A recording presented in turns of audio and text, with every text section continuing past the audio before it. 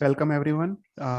Today is 16th class of Tirthankar Charitra and we'll start with the Mangalacharan. Rag Dvesh Vijetaram Gnataram Visvastuna Sakra Pujya Giramesam Tirte Samsrutimane Pannagecha Surendrecha Kausike Pada Sanskruse Nirvishesha Manaskaya Shri Veera Swamine Namaha अज्ञानां तिमिरान्धानां ज्ञान जननी सलाकया नेत्र उन्मिलितं येन तस्मै श्री गुरुवे नमः.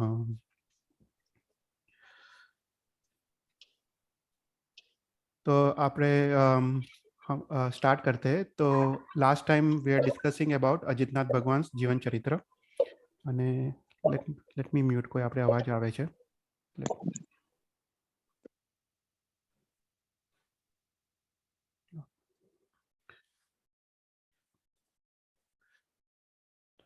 तो last time हम बात कर रहे थे, we were talking about the पंचेंद्रिय जीव्स और हमने देखा कि पंचेंद्रिय जीव्स के 535 क्लासिफिकेशंस है. ये जीव विचार के हिसाब से है. और पिछले काफ़ी लेक्चर्स में हमने नारकी का 14 जीव्स का क्लासिफिकेशन देखा, देवलोक के 198 जीव्स का क्लासिफिकेशन देखा और हम लास्ट लेक्चर में we were seeing the 303 classifications of मनुष्य. तो हम आज इस क्लास में विल गो इनटू डिटेल्स, थोड़ा और डिटेल में जाते हैं ये 303 क्लासिफिकेशंस का. तो लास्ट टाइम का हम थोड़ा रिवाइज कर लेते हैं and then will talk further. तो जो मनुष्य है, मनुष्य के टोटल 303 भेद है. उसमें जो 101 भेद है वो कौन से भूमि में वो जन्म लेते हैं उसके अपेक्षा से है.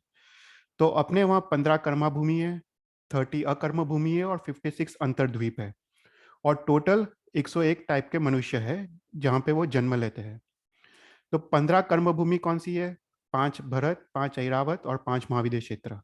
फिर उसके बाद 30 कर्म भूमि अकर्म भूमि हमने देखा था और 56 अंतर्द्वीप के बारे में हमने देखा था. तो लास्ट टाइम हमने देखा कि जो कर्म भूमि है, कर्म भूमि किसको कहते हैं? तो कर्म भूमि जहाँ पे असी मसी और कृषि का जहाँ पे व्यवहार होता हो, जहाँ पे जो 63 सला का पुरुष है, जो 63 पुरुष है वहाँ पे वो जन्म लेते हो. जो 24 तीर्थंकर भगवान, 12 चक्रवर्ती, 9 बलदेव, 9 वासुदेव और 9 प्रतिवासुदेव, वो मात्र कर्म भूमि में ही वो जन्म लेते हैं. और जहाँ पे तीर्थंकर भगवान वो धर्म तीर्थ की स्थापना करते, चतुर्विध संघ की स्थापना करते और जहाँ पे धर्म, संयम और तप रूप धर्म की आराधना होती हो उसको हम कर्म भूमि कहते हैं. तो टोटल 15 कर्म भूमि है, जो 5 भरत है, 5 ऐरावत है और 5 महाविद्य क्षेत्र है. उसमें से जो जम्बू द्वीप है उसमें 1 भरत, 1 ऐरावत और 1 महाविद्य क्षेत्र है. फिर घाटकी कन में 2 भरत, 2 ऐरावत और 2 महाविद्य. और पुष्करावर द्वीप है उसमें भी 2 भरत, 2 ऐरावत और 2 महाविद्य क्षेत्र है. तो ये टोटल 15 कर्म भूमि है. उसके बाद हमने देखा 30 अकर्म भूमि. अकर्म भूमि मतलब जहाँ पे असी मसी कृषि रूप वहाँ पे व्यवहार नहीं हो. असी मतलब आपको पता होगा, असी मतलब वेपन्स, शस्त्र. मसी मतलब स्वाध्याय, शास्त्र लेखन. और कुशी मतलब फार्मिंग. तो जहाँ पे ये 3 का व्यवहार नहीं हो, जहाँ पे ये 63 महापुरुष, शला का पुरुष जहाँ पे वो जन्म नहीं लेते हो, जहाँ पे सदा युगलिक काल चलता हो, आइदर फर्स्ट आ रहा, सेकंड आ रहा या थर्ड आ रहा. और सभी जीवन जरूरत की जो भी आइटम्स है वो 10 टाइप के कल्पवृक्ष वो पूरी पाड़ते हैं. तो वो सब अकर्म भूमि है. तो अकर्म भूमि, देर आर 30 डिफरेंट अकर्म भूमि. उसमें से जो देवकुरु और उत्तर कुरु क्षेत्र है उसमें सदा फर्स्ट आरा चल रहा होता है. फिर जो हरिवंश क्षेत्र और रम्य क्षेत्र है उसमें सदा सेकंड आरा चल रहा होता है. और हिमवंत क्षेत्र और हरिण्य वंश क्षेत्र में सदा थर्ड आरा चल रहा होता है. तो जम्बू द्वीप में 6 अकर्म भूमि है. एक देवकुरु, एक उत्तर कुरु, एक हरिवंश, एक रम्यक, एक हिमवंत और एक हरिण्य वंश क्षेत्र. तो भरत जम्बू द्वीप में 6 अकर्म भूमि है. घाटकी कन में डबल है, तो घाटकी कन में 12 है और पुष्करावर द्वीप में भी सब कुछ 2-2 है, वहां पे 12 है. सो टोटल 30 अकर्म भूमि है. और उसके बाद हमने देखा था 56 अंतर्द्वीप. तो जम्बू द्वीप में जो लघु हिमवंत पर्वत और सिकरी पर्वत है उसके पूर्व और पश्चिम से देर आर 2 लैंड मासेस निकलते हैं, और वो लैंड मासेस पे there are 7 islands on each land masses. So लघु हिमवंत पर्वत पे पूर्व की ओर 2 लैंड मासेस, पश्चिम की ओर 2 लैंड मासेस, और उसी प्रकार शिखरी पर्वत पर तो टोटल 8 लैंड मासेस होते हैं, और हर एक में 7 आइलैंड्स है, और 7 टाइम्स 8 इज 56। तो 56 अंतर्द्वीप है। और यहाँ पे भी अकर्म भूमि जैसा ही व्यवहार है, यहाँ पे भी युगलिक लोग जन्म लेते हैं, और यहाँ पे सदा थर्ड आरा चल रहा होता है। फिर हमने देखा था कि टोटल जो अपना अड़ी है, अड़ी में ही मनुष्य जन्म लेते हैं, अड़ी के बाहर कोई भी मनुष्य जन्म नहीं लेता है। तो ये अड़ी है वो 45 लाख योजन है। अपना जो सिद्ध शिला है वो भी 45 लाख योजन है। तो क्योंकि अड़ी से ही वो जीव मोक्ष में जा सकता है, तो अड़ी का डायमीटर भी 45 लाख योजन है। उसमें जम्बू द्वीप 1 लाख योजन का है, लवण समुद्र 4 लाख योजन डायमीटर है, घाटकी कण 8 लाख योजन, कालोदधी समुद्र 16 लाख योजन्स, और पुष्करवर द्वीप वो 32 लाख योजन्स है। पर मनुष्य मात्र 16 लाख योजन्स में ही जन्म लेते हैं। तो मानुषोत्तर पर्वत के बाहर कोई भी मनुष्य जन्म नहीं लेता है। तो टोटल डायमीटर ऑफ अडी द्वीप इज 45 लाख योजन्स। तो ये बेसिक डायग्राम है। सेंटर में मेरू पर्वत है, फिर जम्बू द्वीप, फिर लवण समुद्र, घातकी कण, कलोदधी समुद्र, अर्ध पुष्करावर द्वीप, और फिर मानसोत्तर पर्वत। ये मानसोत्तर पर्वत के बाहर भी आधा पुष्करावर द्वीप है, पर वहां पे कोई भी मनुष्य जन्म नहीं लेता है। तो तीर्थालोक में असंख्य द्वीप और समुद्र है। हम जो अड़ी द्वीप कहते हैं, इट्स ओनली टिल पुष्करावर द्वीप, और उसके बाद असंख्य द्वीप समुद्र है। उसके बाद 8th जो आता है वो नंदीश्वर द्वीप है। वो हम आगे काफी डिटेल में ये सब देखेंगे, उसका पूरा स्ट्रक्चर। पर जो लास्ट जो द्वीप और समुद्र है वो स्वयंभू रमण द्वीप और स्वयंभू रमण समुद्र है। वो अंतिम द्वीप और समुद्र है तिरछालोक में। तो लास्ट टाइम हम ये जम्बू द्वीप के बारे में देख रहे थे। आज हम काफी इसके बारे में काफी विस्तार से देखेंगे। तो अभी मैं इसको थोड़ा स्किप करता हूँ ये टॉपिक। और लास्ट टाइम हमने देखा था कि जम्बू द्वीप में जो लघु हिमवंत पर्वत और शिखरी पर्वत है, उससे जो 2-2 लैंड मासेस निकलती है, तो टोटल 8 लैंड मासेस निकलते हैं। ये लवण समुद्र में निकलती है, और वहां पे हर एक लैंड मासेस में देर आर 7 आइलैंड्स। तो टोटल देर आर 56 आइलैंड्स। तो उसको 56 अंतर्द्वीप कहते हैं। तो this is 3D view of Jambu Dweep. हम इसको आज थोड़ा हम विस्तार से देखेंगे, पर अभी मैं थोड़ा स्किप करता हूँ ये टॉपिक को। तो 101 टाइप के जो मनुष्य है वो इधर समुच्चयी हो सकते हैं या गर्भज हो सकते हैं। गर्भज मतलब जो माता पिता के संयोग से होते हैं उसको गर्भज कहते हैं, और माता पिता के संयोग के बिना जो भी मनुष्य जन्म लेते हैं उसको समुच्चयी कहते हैं। तो 101 टाइप्स ऑफ गर्भज एंड 101 टाइप्स ऑफ समुच्चयी। अभी समुच्चयी होते वो निश्चय अपर्याप्त होते, वो अपनी 6 पर्याप्ति पूर्ण नहीं करते, वो 4 या 5 पर्याप्ति पूर्ण करके वो मर जाते हैं। पर जो गर्भज होते हैं दे कैन बी आइदर भी पर्याप्त और दे कैन बी अपर्याप्त। पर्याप्ति अगर 6 पर्याप्ति पूर्ण पूर्ण कर ले तो उसको पर्याप्त कहते हैं। अगर 6 पर्याप्ति पूर्ण करने से पहले अगर वो मर जाए तो वो अपर्याप्त कहते हैं। तो 101 टाइप्स ऑफ गर्भज पर्याप्त, 101 टाइप्स ऑफ गर्भज अपर्याप्त, और 101 टाइप्स ऑफ समुच्चयी अपर्याप्त। सो टोटल डिविजन्स ऑफ मनुष्य इज 303।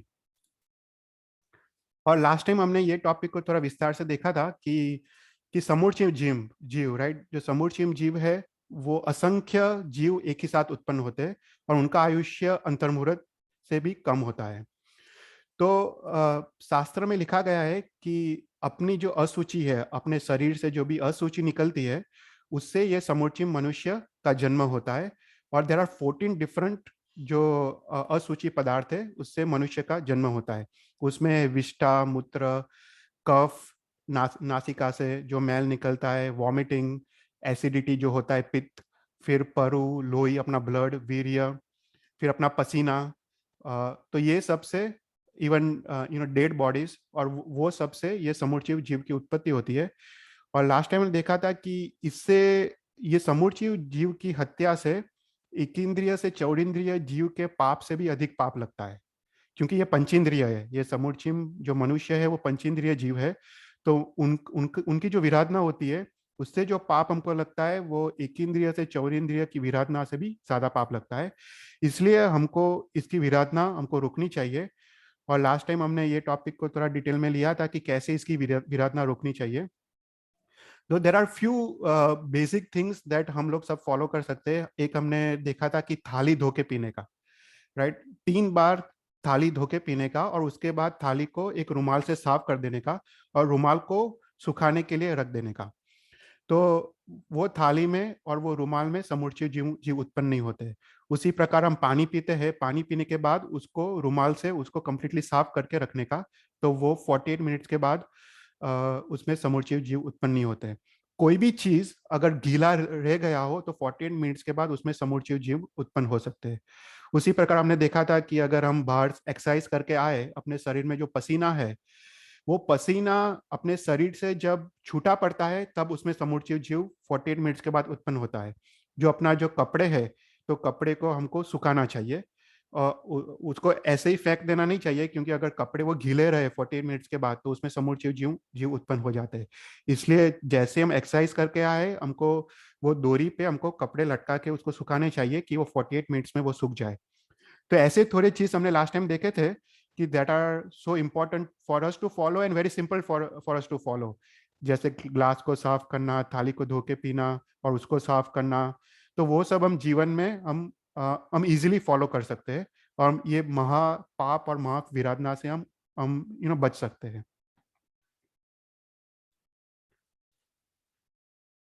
ओके, तो अभी हम I wanted to cover this topic. हम ये जो अपना जो लोक है और तिरछा लोक है, उसको मेरे को काफी डिटेल में ये टॉपिक को लेना है कि उसका कंस्ट्रक्शन कैसा है। तो आज हम जम्बू द्वीप के बारे में हम थोड़ा बात करेंगे। तो जम्बू द्वीप है, जम्बू द्वीप के सेंटर में मेरू पर्वत है। तो ये मेरू पर्वत 1 लाख योजन की ऊंचाई है, उसकी हाइट इज 1 लाख योजन, और उसका जो डायमीटर है वो 10,000 योजन है। जो जमीन पे, पृथ्वी पे, जो पृथ्वी को हम समभूतल भूमि बोलते हैं, और तो समभूतल भूमि में जो उसका डायमीटर है वो 10,000 योजन है। अभी जो जम्बू द्वीप है, जम्बू द्वीप का डायमीटर भी 1 लाख योजन है। तो अर्थात जो मेरू पर्वत की ऊंचाई है और जम्बू द्वीप का डायमीटर है वो सेम है। तो मेरू पर्वत 1 लाख योजन ऊंचा है और जम्बू द्वीप का डायमीटर भी 1 लाख योजन है। तो ये जम्बू द्वीप में 6 देर आर 6 कुलगिरी पर्वत। जो कुलगिरी पर्वत, उसका दूसरा नाम है वर्षधर पर्वत। Okay, so there are 6 mountain ranges that runs from east to west of Jambu Dweep. Okay, तो उसको कुलगिरी पर्वत बोलते हैं या वर्षधर पर्वत बोलते हैं, जो तुमको यू कैन रिमेंबर। जो काफी ये टर्म्स हम काफी यूज करेंगे आगे की क्लासेस में। तो 6 कुलगिरी पर्वत, it runs from east to west of Jambu Dweep. तो पहला है लघु हिमवंत पर्वत। मैं एक बार पॉइंटर करता हूं। तो पहला है लघु हिमवंत पर्वत, दूसरा है महा हिमवंत पर्वत, फिर थर्ड है निषेध पर्वत, फिर फोर्थ है नीलवंत पर्वत, फिफ्थ है रुक्मी पर्वत, और सिक्स्थ है शिखरी पर्वत। तो ये 6 पर्वत के कारण जम्बू द्वीप 7 क्षेत्रों में विभाजित होता है। तो 7 क्षेत्र कौन से हैं? तो लघु हिमवंत पर्वत के दक्षिण, मतलब साउथ की ओर जो क्षेत्र है वो भरत क्षेत्र है, जहां पे हम लोग रहते हैं। जो दिस इज भरत क्षेत्र। फिर उसके बाद लघु हिमवंत पर्वत और महा हिमवंत पर्वत के बीच में जो क्षेत्र है उसको हिमवंत क्षेत्र कहते हैं। वो अकर्म भूमि है जी, यहाँ पे सदा थर्ड आरा चल रहा होता है। फिर उसके बाद महा हिमवंत पर्वत और निषेध पर्वत के बीच जो क्षेत्र है उसको हरिय वर्ष क्षेत्र कहते हैं, और यहाँ पे युगलिक का सदा सेकंड आरा चल रहा होता है। फिर उसके बाद जो निषेध पर्वत है और नीलवंत पर्वत है, उसके बीच जो क्षेत्र है उसमें 3 क्षेत्र आते हैं। एक देवकुरु क्षेत्र जो यहाँ पे नॉर्थ में है, मेरू पर्वत के नॉर्थ में देवकुरु, सॉरी, उत्तर कुरु क्षेत्र है, और मेरू पर्वत के साउथ में देवकुरु क्षेत्र है। तो यहाँ पे युगलिक का सदा फर्स्ट आरा चल रहा होता है, दोनों उत्तर कुरु और देवकुरु क्षेत्र में। और पूर्व और पश्चिम और पूर्व में महाविद्य क्षेत्र है। तो यहाँ पे महाविद्य क्षेत्र है, और दूसरा यहाँ पे पूर्व में महाविद्य क्षेत्र है। फिर उसके बाद जो नीलवंत पर्वत और जो रुक्मी पर्वत के बीच जो क्षेत्र है वो रम्यक क्षेत्र है। वो यहाँ पे युगलिक का सदा सेकंड आरा चल रहा होता है। फिर उसके बाद जो रुक्मी पर्वत है और शिखरी पर्वत के बीच जो क्षेत्र है वो हरिण्य वन क्षेत्र है। यहाँ पे युगलिक का सदा थर्ड आरा चल रहा होता है। और जो शिखरी पर्वत के उत्तर में जो क्षेत्र है वो ऐरावत क्षेत्र है। ऐरावत क्षेत्र है वो सिमिलर टू भरत क्षेत्र है। तो ऐरावत और भरत क्षेत्र में काल चक्र चल रहा होता है। ये दो ही जगह है जहाँ पे काल चक्र मतलब 1 2 3 4 5 6 और 6 5 4 3 2 1, तो ये दो क्षेत्र में काल चक्र चल रहा होता है। बाकी सब जगह पे आरा कांस्टेंट है। तो महाविदेश क्षेत्र में कांस्टेंट फोर्थ आ रहा है, देवकुरु उत्तर कुरु में कांस्टेंट फर्स्ट आ रहा है, और यहाँ पे बाकी सब में कांस्टेंट सेकंड और थर्ड आ रहा है। तो this is like very very basic structure of Jambudweep. कोई भी क्वेश्चन हो तो मुझे पूछना, हम थोड़ा और अभी डिटेल में जाते रहेंगे इसके पर। Yeah, हाँ, little bit of a question. So, तो यहाँ कर्म होते हैं everywhere, like निगोद and कर्म everywhere in this area जे तमे बताड़ी हुई। एकले कर्म एकले यू मीन कर्म का बंध? हाँ, कर्म बंध and like निगोद भी होए। या डेफिनेटली, या तो कर्म बंध तो सब जगह होता है, राइट? Okay. तो अभी जो भरत और ऐरावत क्षेत्र में तो हम लोग रहते हैं, तो वहां पे तो कर्म बंध तो होता ही है। पर ये जो अकर्म भूमि है ना, तो ये अकर्म भूमि में क्या होता है कि जीव काफी मंद कषाय के होते हैं। तो वो जीव में क्रोध मान माया लोभ काफी कम होते हैं, और वो नियमित दूसरे भाव में वो वैमानिक देवलोक में जाते हैं। तो जो भी जीव ये जैसे अंतर्द्वीप में पैदा होते हैं, जो भी जीव यहाँ पे हिमवंत क्षेत्र और हरि क्षेत्र देवकुरु उत्तर कुरु क्षेत्र में जो भी जन्म लेते हैं, वो निश्चित रूप से वो वैमानिक देवलोक में उसकी उत्पत्ति होती है, क्योंकि उनके कषाय एकदम मंद होते हैं। पर कर्म का बंध तो चालू ही है। Okay. और महाविदेश क्षेत्र में तो तीर्थंकर विचरते हैं सदा। 4 तीर्थंकर मिनिमम होते हैं, अभी भी 4 तीर्थंकर है। तो हाँ। महाविदेश क्षेत्र में हर एक महाविदेश क्षेत्र में 4 तीर्थंकर है। अपने पास 5 महाविदेश क्षेत्र है, तो टोटल 20 तीर्थंकर अभी विहरमान है। So that is minimum.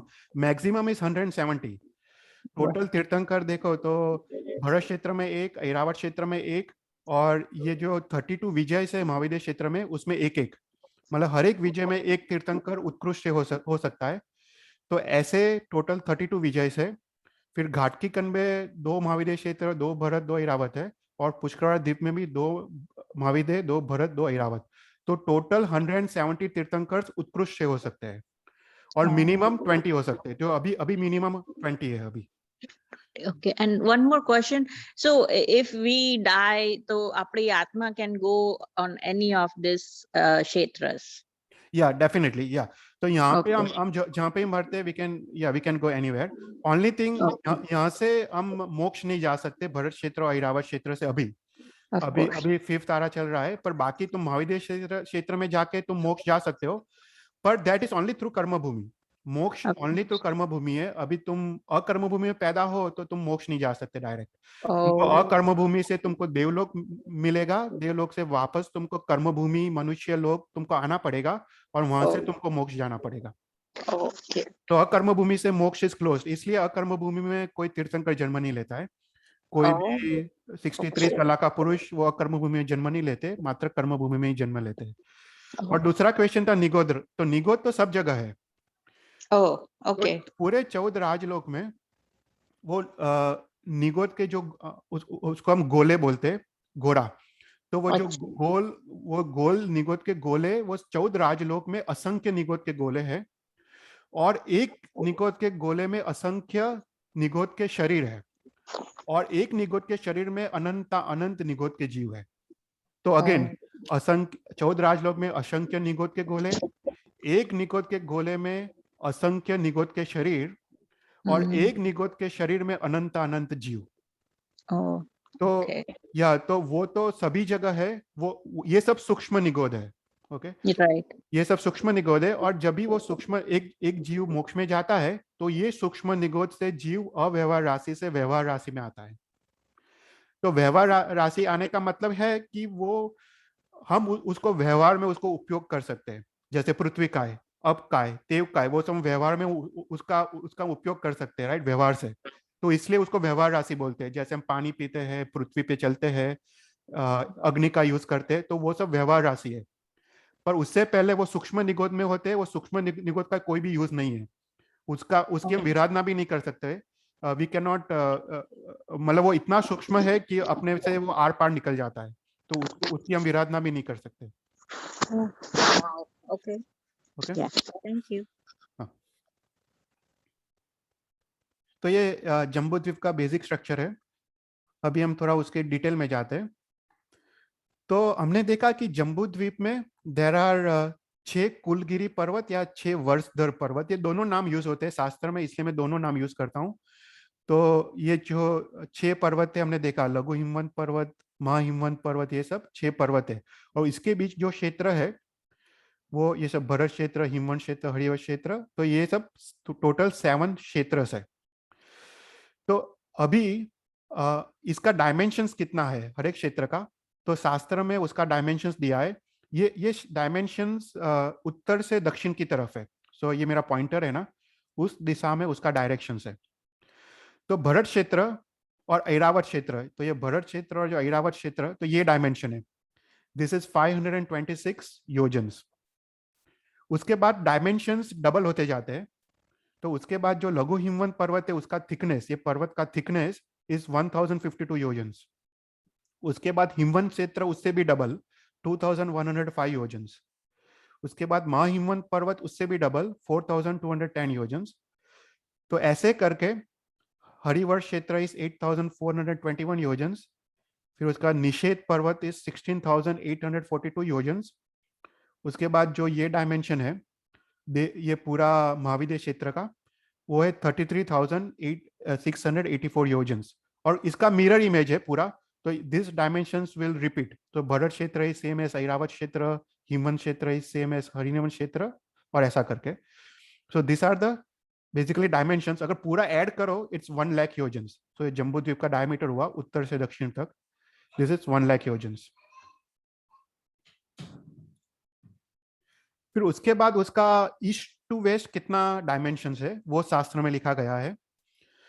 तो अगर ये भरत क्षेत्र जो हम है, भरत क्षेत्र है, भरत क्षेत्र का सेंटर पॉइंट ले, जहाँ पे मेरा एरो है, सेंटर पॉइंट से पूर्व के पश्चिम की ओर जो डायमेंशंस है वो है 14,471 योजन्स। एक योजन इज 8 माइल्स। ओके, 1 योजन इज 8 माइल्स।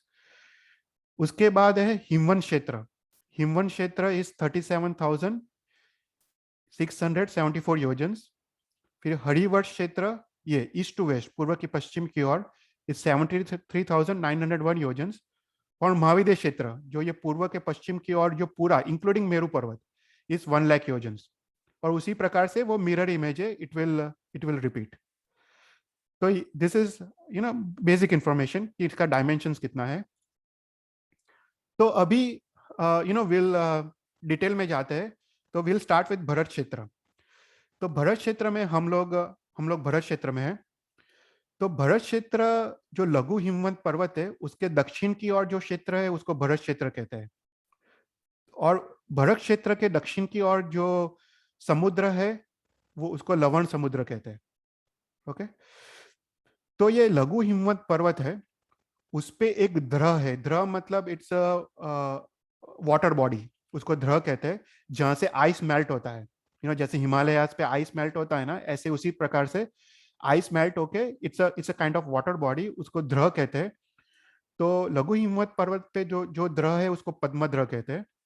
और पद्मद्रह से 3 रिवर्स निकलती है। तो पद्मद्रह से पूर्व की ओर गंगा नदी निकलती है जो लवण समुद्र में जाके मिलती है। पद्मद्रह से पश्चिम की ओर सिंधु नदी निकलती है जो भी लवण समुद्र में जाके मिलती है।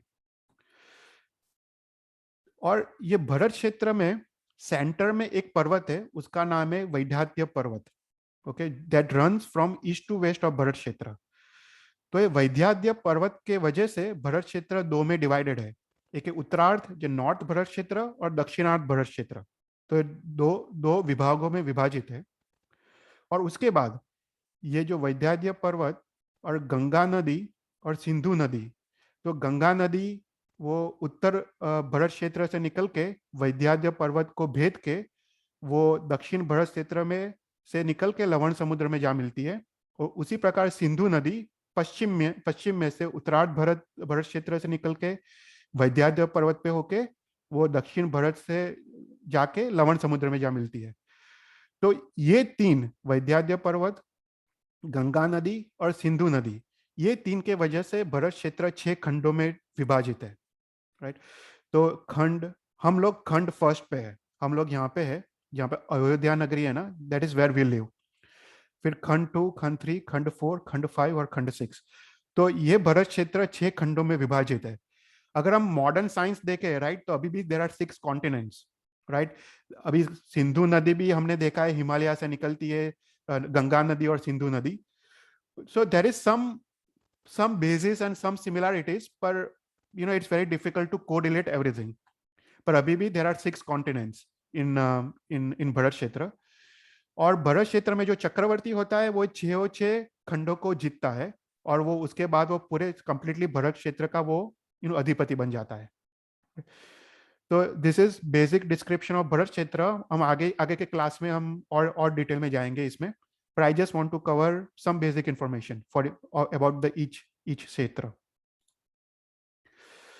तो जैसे हमने देखा लघु हिमवंत पर्वत है, लघु हिमवंत पर्वत पे जो द्रव है, वाटर बॉडी, उसको पद्मद्रव कहते हैं। तो उसी प्रकार 6 कुलगिरी पर्वत पे there is a water body जहां से नदियां निकलती है। तो जैसे महाहिमवंत पर्वत में जो द्रव है उसको महापद्मद्रव कहते हैं। निषेध पर्वत पे तिकच्ची द्रव कहते हैं। नीलवंत पर्वत पे केशरी द्रव। रुक्मी पर्वत में महापुंडरिक द्रव और सिकरी पर्वत में पुंडरिक द्रव। फिर उसके बाद शास्त्र में थोड़ा और डिटेल्स है, ये सब डायमेंशंस आप देख लेना जब मैं प्रेजेंटेशन भेजूंगा, पर you can check the dimensions yourself. पर लघु हिमवंत पर्वत है वो पित्त वर्ण का है, वो सुवर्णमय पित्त उसका रंग है, दिस इज द कलर। महाहिमवंत पर्वत वो रत्नमय है। निषेध पर्वत वो रक्त मतलब ब्लड ब्लड जैसा कलर है, रक्त सुवर्णमय। नीलवंत पर्वत वो नील वर्ण का है, ग्रीनिश कलर का है। रुक्मी पर्वत वो रजतमय है, मतलब सिल्वर कलर का। और सिकरी पर्वत वो जातिवंत सुवर्ण, इट्स ऑलमोस्ट लाइक गोल्ड। तो ये सब उसके उसके रंग है कि वो पर्वत कैसे दिखते हैं। और उसके बाद यहाँ पे थोड़ा और डिटेल्स है कि कौन सी नदियां निकलती है। पद्मद्र से 3 नदियां निकलती है। हमने 2 नदी देखा, जो दक्षिण में गंगा और सिंधु, और उत्तर में भी एक नदी निकलती है। और ये सब मेजर नदी से, there are lots of smaller नदीज, पर ये सब मेजर है। उसके बाद ये जो महाहिमवंत पर्वत, निषेध पर्वत, नीलवंत पर्वत और रुक्मी पर्वत में जो नदियां निकलती है वो 2-2 है। तो यहाँ पे 2 नदियां, और सिकरी पर्वत पे अगेन 3 नदी निकलती है। और फिर ये द्रव की ऊंडाई कितनी है, ये वाटर बॉडी कितना डीप है, तो 25 योजन्स, 50 योजन्स, 100 योजन्स and so on and so forth. तो हमने देखा कि लघु हिमवंत पर्वत के बीच में जो क्षेत्र है वो जहाँ हम रहते हैं वो भरत क्षेत्र है, और भरत क्षेत्र के बीच में से वैद्यनाथ पर्वत पास होता है।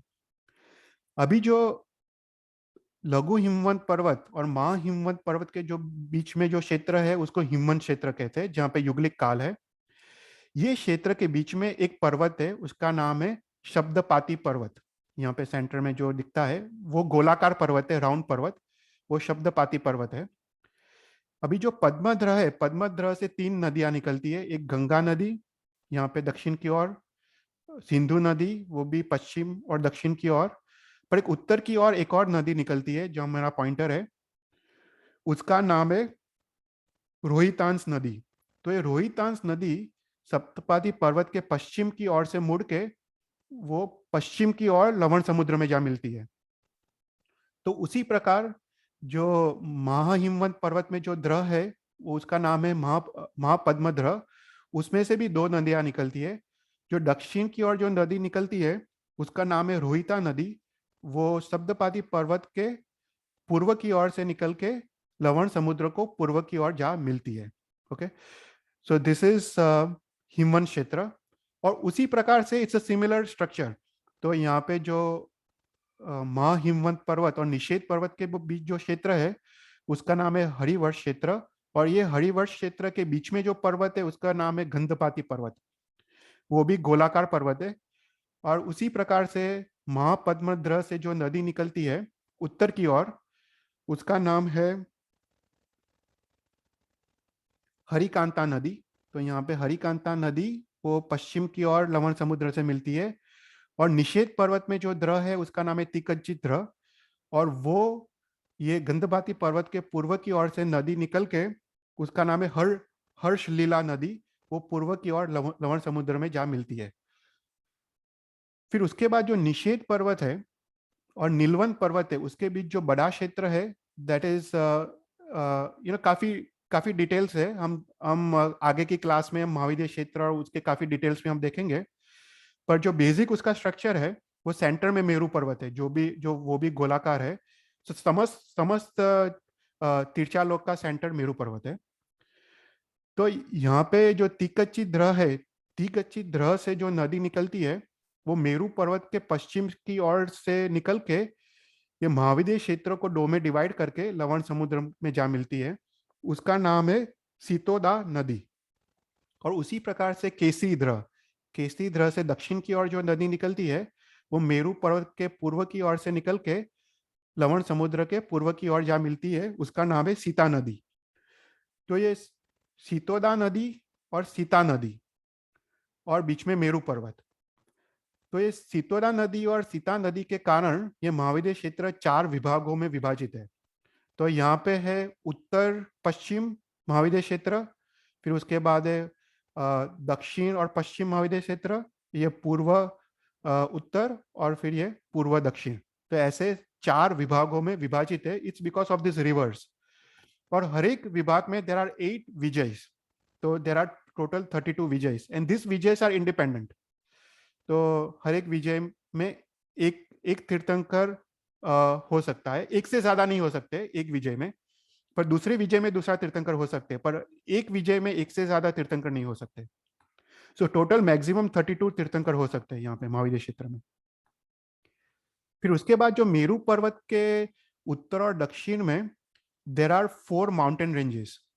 तो ये एक माउंटेन रेंज है, दूसरा, यहाँ पे तीसरा और फोर्थ, और उसको बोलते हैं गंज दंत पर्वत। ये हाथी के दांत का आकार है। If you see right, it looks like the teeth of the elephant. तो उसको गंज दंत पर्वत बोलते हैं। जो जो उत्तर में जो पर्वत है वो है गंधमादन पर्वत और ये माल्यवंत पर्वत। और दक्षिण में जो 2 पर्वत है, एक का नाम है विद्युत पर्वत और दूसरा है सोमनस पर्वत। तो ये 2 पर्वत के बीच में जो क्षेत्र है यहाँ पे उसको उत्तर कुरु क्षेत्र कहते हैं। और दक्षिण में ये 2 पर्वत के बीच जो क्षेत्र है उसको देवकुरु कहते हैं। तो यहाँ पे ये सदा युगलिक का प्रथम आरा, फर्स्ट आरा चल रहा होता है। फिर उसके बाद जो उत्तर कुरुक्षेत्र में एक वृक्ष है उसका नाम है जम्बू वृक्ष। ये जम्बू वृक्ष शाश्वत वृक्ष है।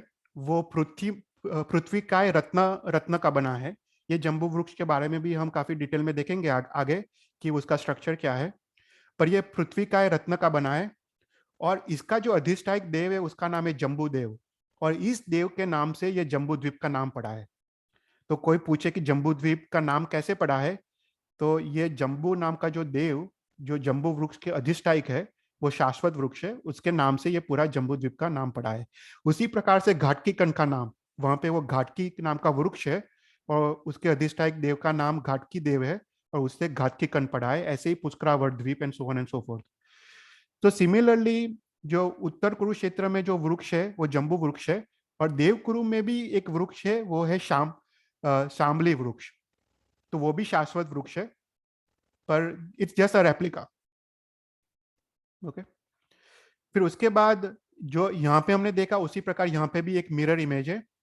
तो जैसे ये नीलवंत पर्वत और रुक्मी पर्वत के बीच जो क्षेत्र है उसका नाम है रम्यक क्षेत्र, और उसके बीच पे भी एक गोलाकार पर्वत है उसका नाम है माल्यवंत पर्वत।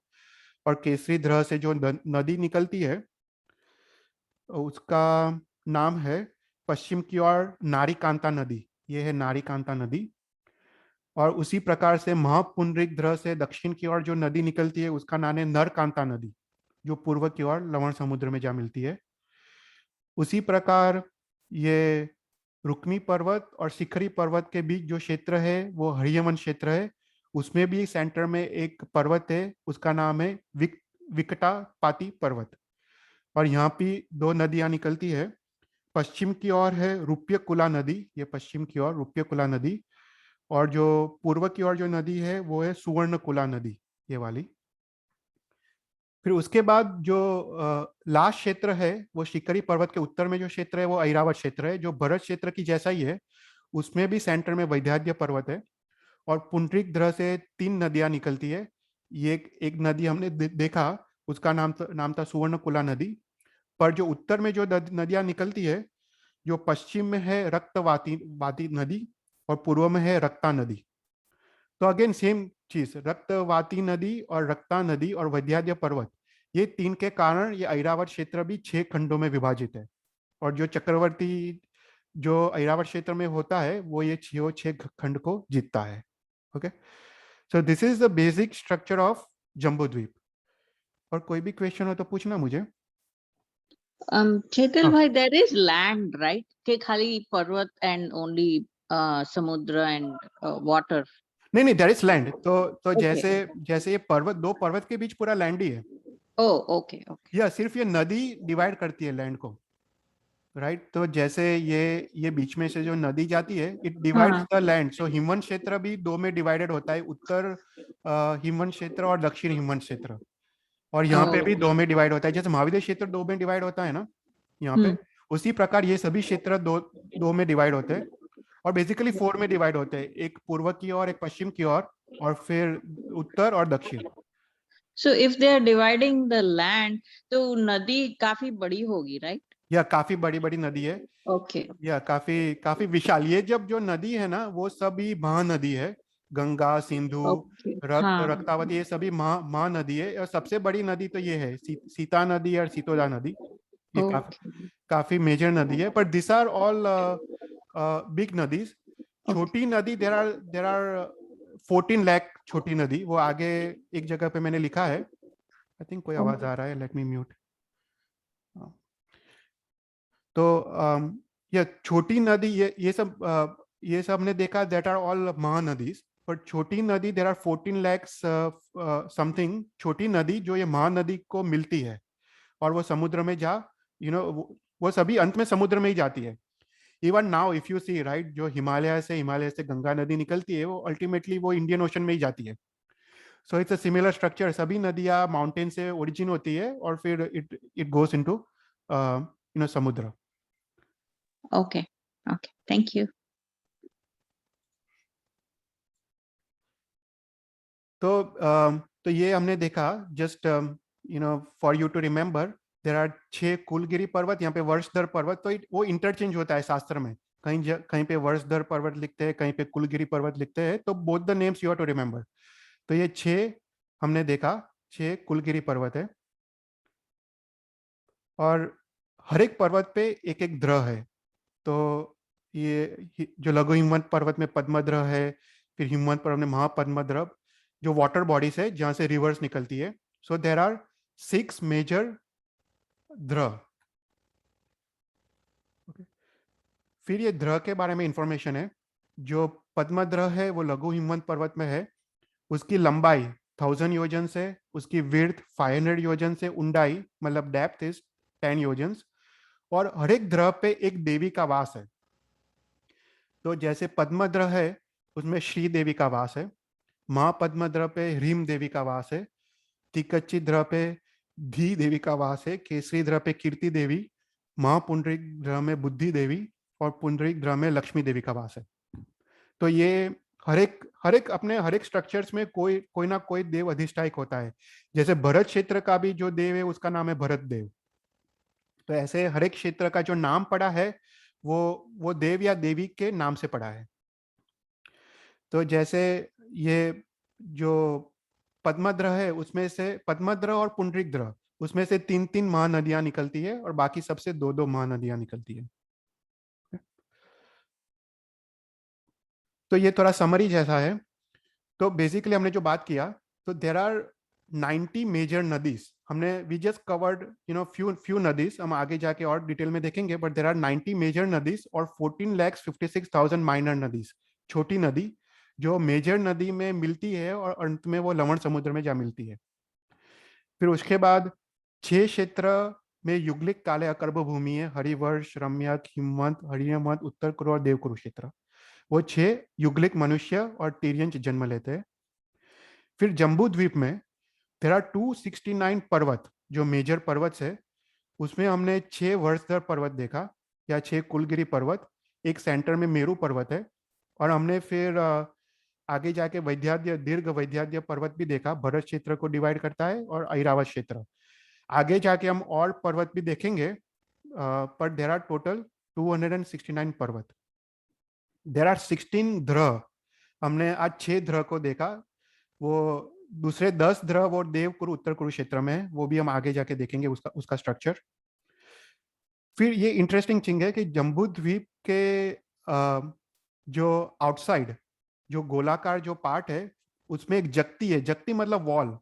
तो एक प्रकार का वॉल है, जो हम नेक्स्ट क्लास में उसका हम स्ट्रक्चर देखेंगे, पर एक वॉल है। और वॉल के चारों ओर 4 दिशा में 4 दरवाजे हैं। उसका नाम विजय, विजयंत, जयंत और फिर अपराजिता, ऐसे 4 दरवाजे हैं जो जम्बू द्वीप के चारों ओर है। और उसके बाद जम्बू द्वीप में ये भी हमने देखा कि 2 लघु हिमवंत पर्वत और सिकरी पर्वत के दोनों किनारों से देर आर 2 लैंड मासेस, वो लवण समुद्र में निकलते हैं। और हर एक लैंड मासेस में देर आर 7 आइलैंड्स, द्वीप्स। और टोटल 56 अंतर्द्वीप है, जहां पे भी युगलिक मनुष्य जन्म लेते हैं, वो भी अकर्म भूमि है। फिर जम्बू द्वीप में देर आर 2 सूर्यस, 2 चंद्रस, 56 नक्षत्रस, 176 प्लैनेट्स, और 1,33,950 कोड़ा कोड़ी, मतलब that is crore times crore stars, ये मात्र जम्बू द्वीप में। So this is the some basic information of Jambu द्वीप। पर इतने इतने सारे स्टार्स है जम्बू द्वीप में। ऐसे भी हमने अगर देखा होगा साइंस में, राइट, मिल्की वे में देर आर 100 मिलियन स्टार्स। तो समथिंग लाइक दैट। तो एक एक गैलेक्सी में देर आर 100 मिलियन स्टार्स, तो यहाँ पे भी उतना ही लिखा है 133,950 कोड़ा कोड़ी तारा तारा हो। ओके, तो आज